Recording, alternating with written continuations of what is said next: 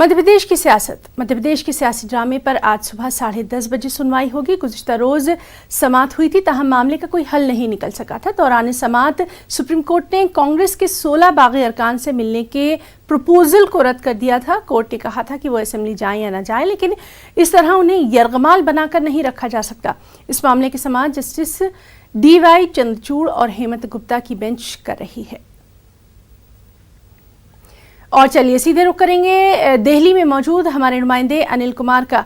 अनिल, आपसे जानना चाहेंगे, मध्य प्रदेश की सियासत जो है लगातार उस पर हमारी नजर बनी हुई है, आज क्या कुछ खास?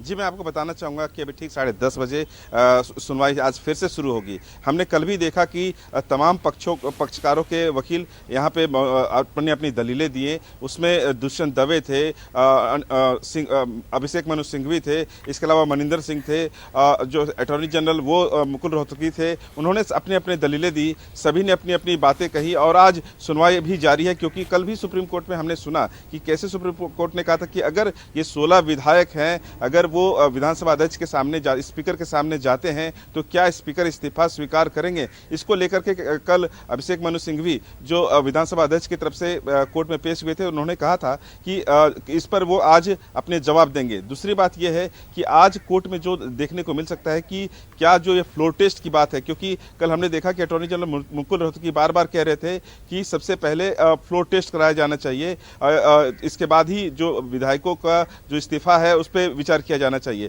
क्योंकि उन्होंने ये भी कहा कि साथ ही साथ उन्होंने मुकुल रोहतगी ने कहा कि फ्लोर टेस्ट हो जाने से ये साफ हो जाएगा कि बहुमत किसके पास है। दूसरी बात 10:30 बजे क्या कुछ सामने आएगा, उस पर लगातार हमारी नजर बनी रहेगी। अनिल, फिलहाल के लिए बहुत बहुत शुक्रिया आपका तमाम जानकारी।